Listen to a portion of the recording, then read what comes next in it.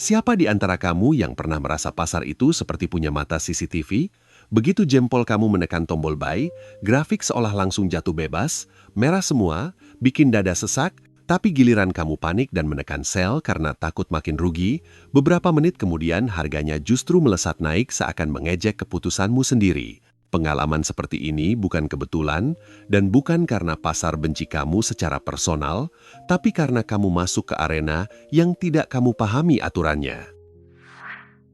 Fenomena ini di Indonesia sering berujung pada satu kata sakral, nyangkut massal.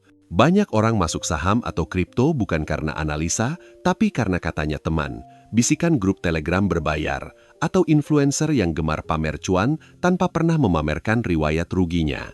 Mayoritas hanya melihat hasil akhir yang indah, tanpa tahu proses berdarah di balik layar. Akhirnya, saat harga berbalik arah, yang tertinggal hanyalah rasa nyesek dan saldo yang mengecil. Masuk pasar tanpa analisa itu ibarat beli kucing dalam karung.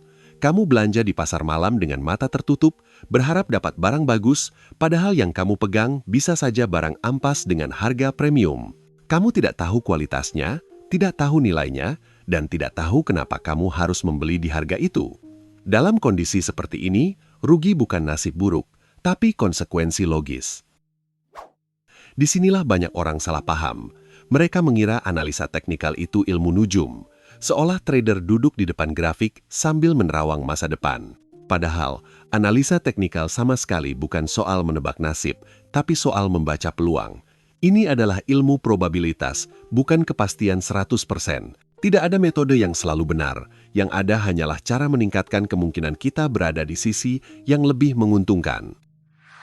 Ada realita pahit yang wajib ditelan sebelum masuk ke pasar. Pasar tidak peduli cicilan rumahmu, tidak peduli uang sekolah anakmu, dan tidak peduli target keuangan pribadimu. Pasar hanya bergerak berdasarkan keseimbangan antara penjual dan pembeli, supply dan demand.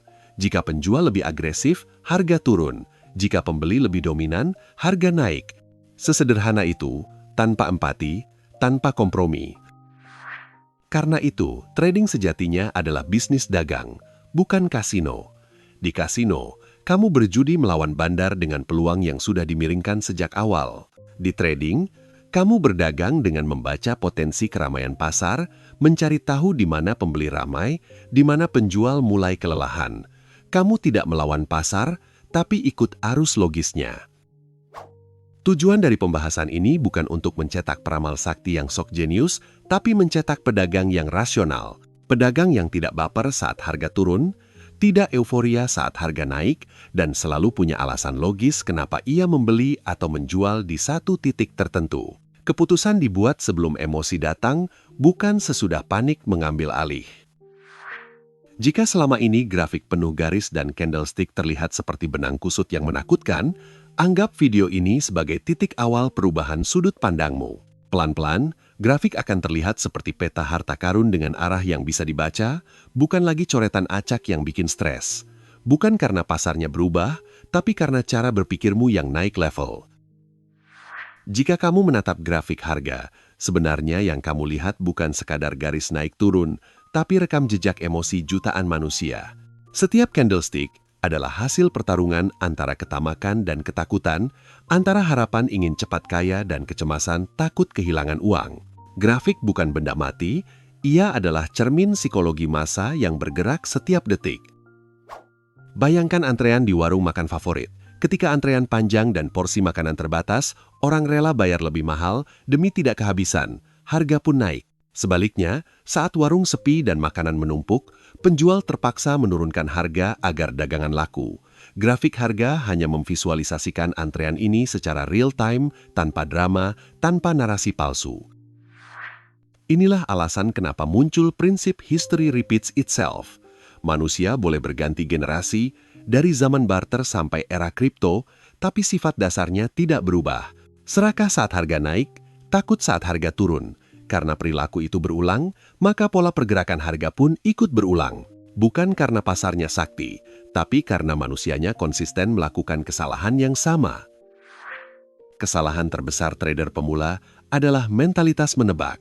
Mereka ingin tahu besok naik atau turun, seperti dukun yang menunggu wangsit.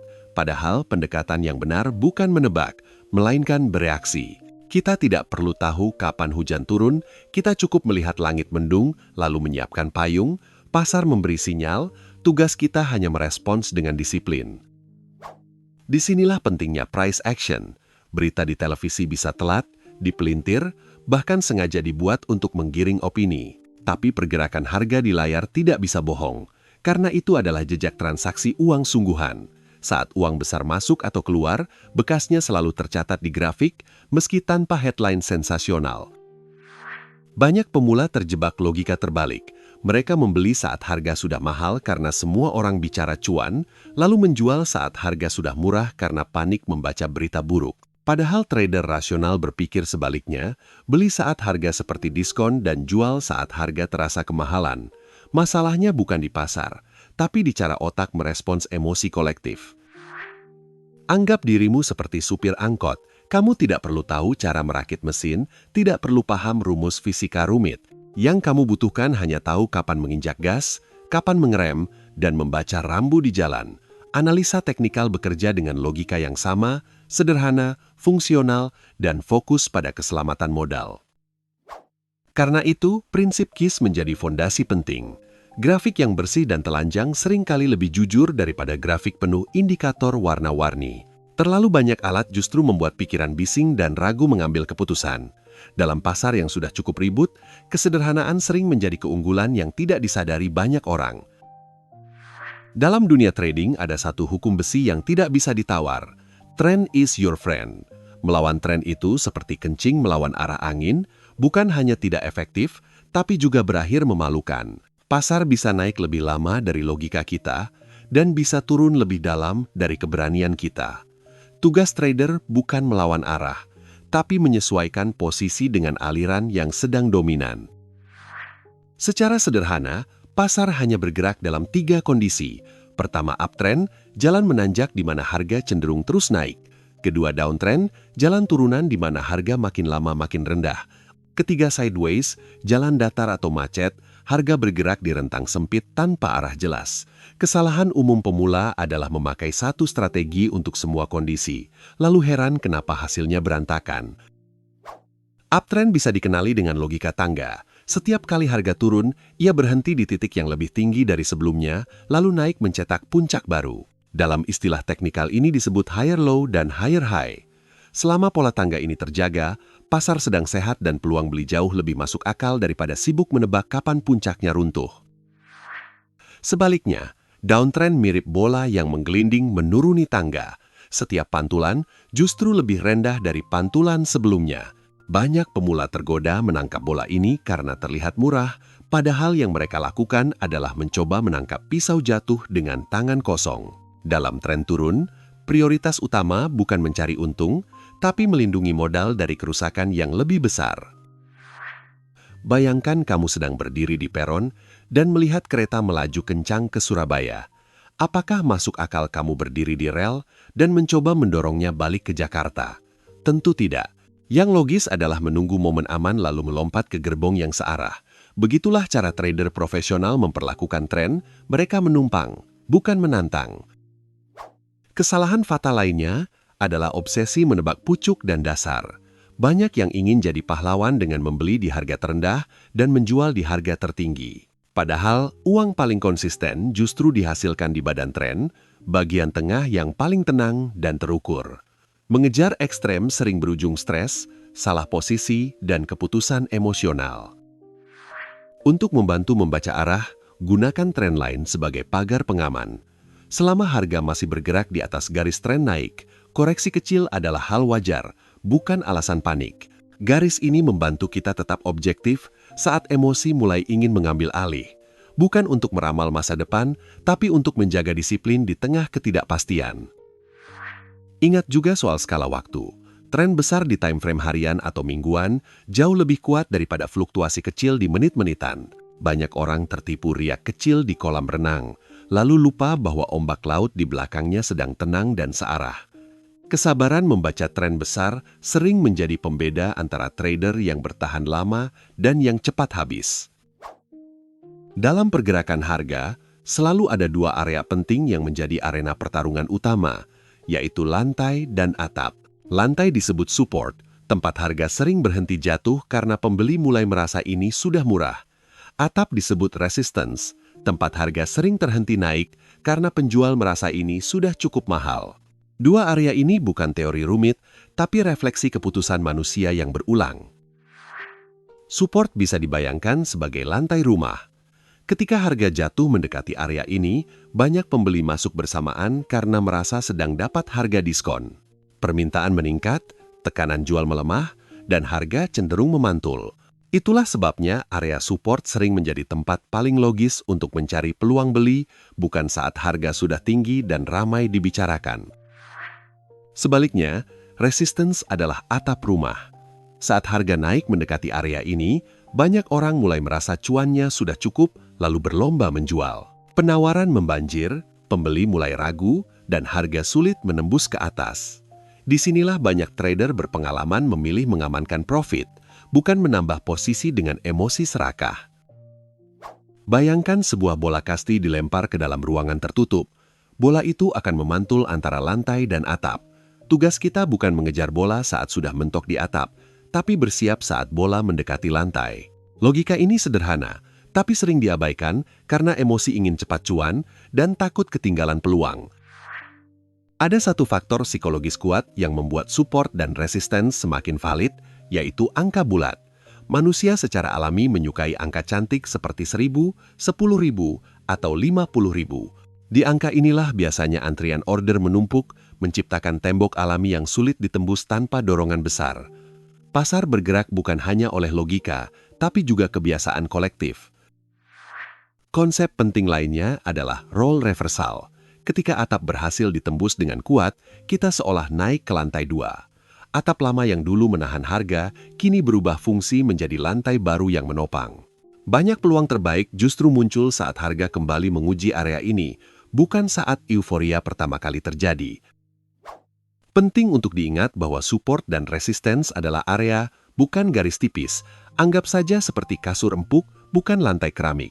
Harga boleh menembus sedikit, menyentuh, atau menusuk sebentar lalu kembali. Memberi toleransi pada area ini membantu kita terhindar dari keputusan terburu-buru akibat pergerakan kecil yang sebenarnya masih wajar. Waspadai jebakan false break.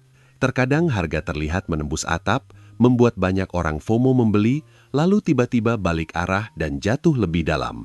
Ini sering menjadi prank klasik pasar untuk menjebak pembeli yang tidak sabar. Karena itu, prinsip beli di support dan jual di resistance tetap menjadi fondasi paling masuk akal. Beli di grosir, jual di eceran.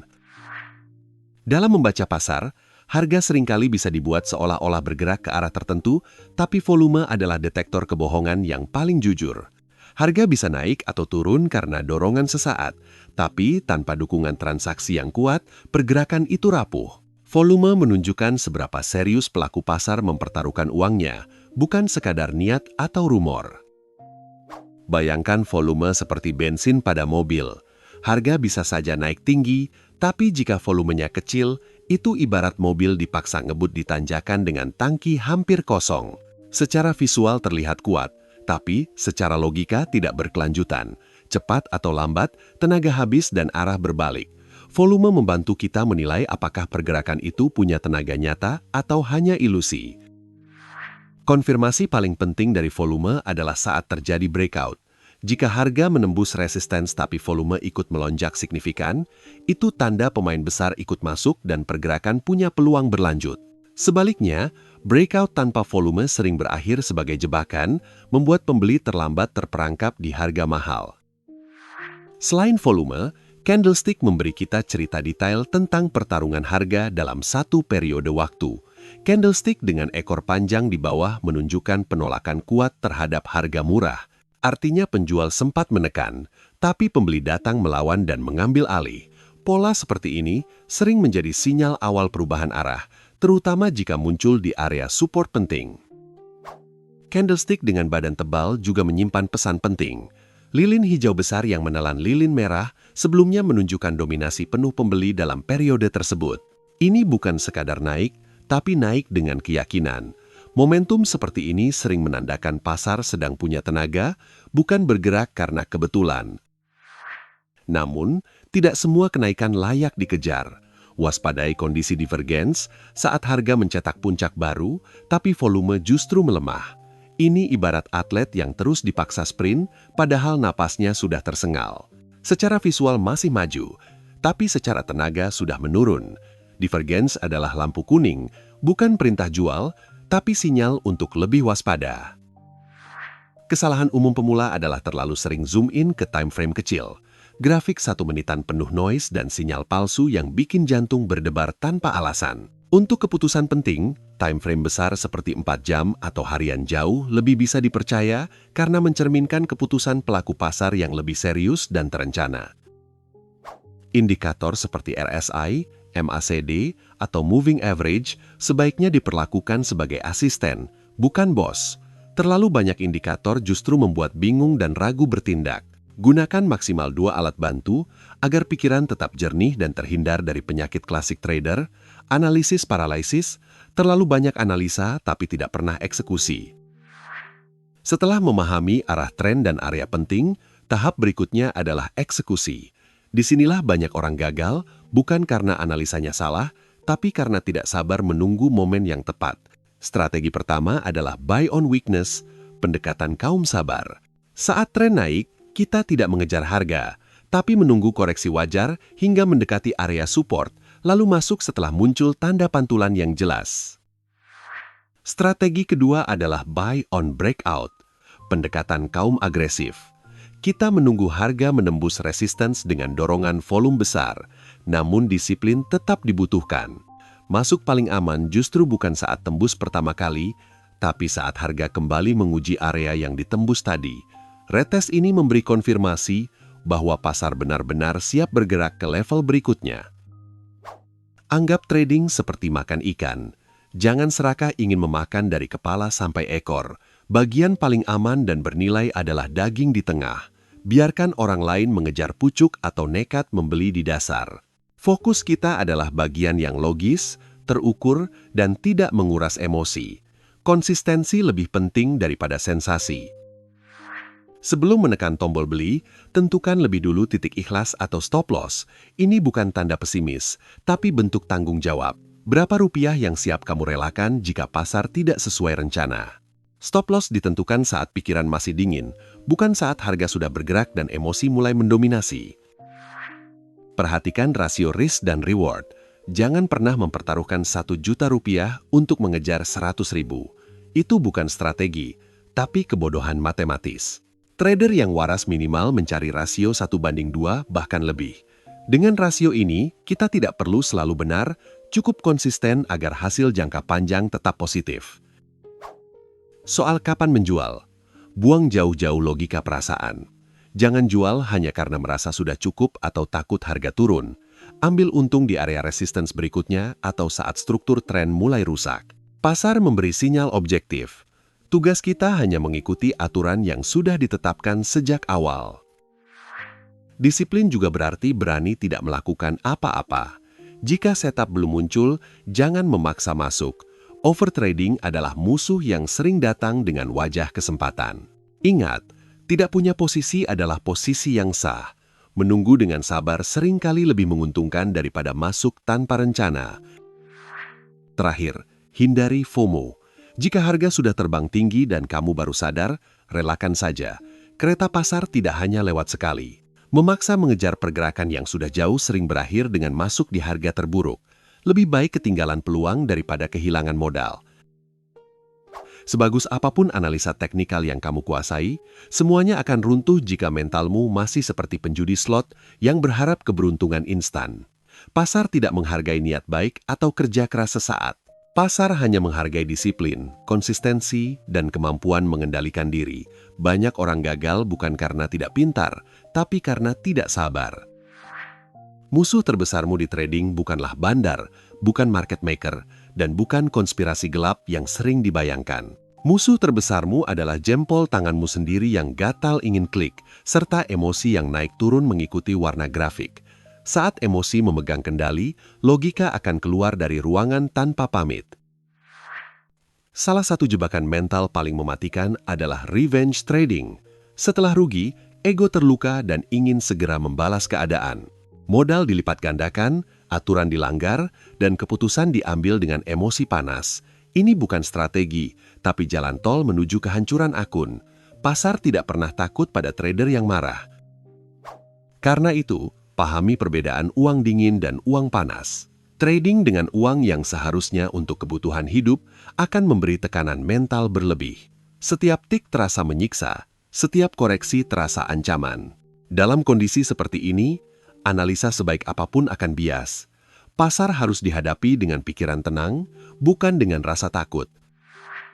Kebiasaan penting yang sering diremehkan adalah jurnal trading. Catat setiap transaksi, alasan masuk, alasan keluar, dan emosi yang dirasakan. Kerugian adalah biaya sekolah, itu wajar. Tapi, jika rugi karena kesalahan yang sama berulang kali, itu bukan belajar, tapi keras kepala. Data dari jurnal jauh lebih jujur daripada ingatan kita sendiri. Jangan pernah jatuh cinta pada aset. Saham atau kripto hanyalah alat, bukan identitas diri. Jika tren sudah rusak dan pasar memberi sinyal keluar, putuskan hubungan tanpa drama. Cut loss bukan aib, justru tanda kedewasaan. Bertahan di aset yang salah hanya karena gengsi adalah cara halus menguras modal. Fokuslah pada konsistensi, bukan sensasi. Profit kecil tapi rutin jauh lebih bernilai daripada satu kali cuan besar yang diikuti kerugian panjang. Trader profesional tidak mengejar cerita heroik, mereka mengejar keberlanjutan. Tujuan utamanya bukan terlihat hebat, tapi tetap hidup di pasar selama mungkin. Kaya bukan hasil tebakan beruntung, tapi hasil persiapan yang matang saat kesempatan datang. Analisa adalah kompas, disiplin adalah kemudi. Jadilah nahkoda yang sadar arah dan berani mengambil keputusan, bukan penumpang yang mabuk laut dan menyalahkan ombak. Pasar selalu memberi peluang, hanya mereka yang siap yang bisa memanfaatkannya.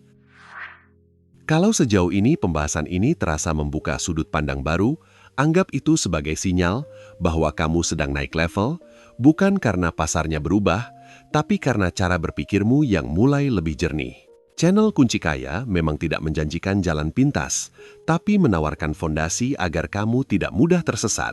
Jika kamu ingin terus belajar membaca pasar dengan kepala dingin dan logika sehat, kamu sudah berada di tempat yang tepat.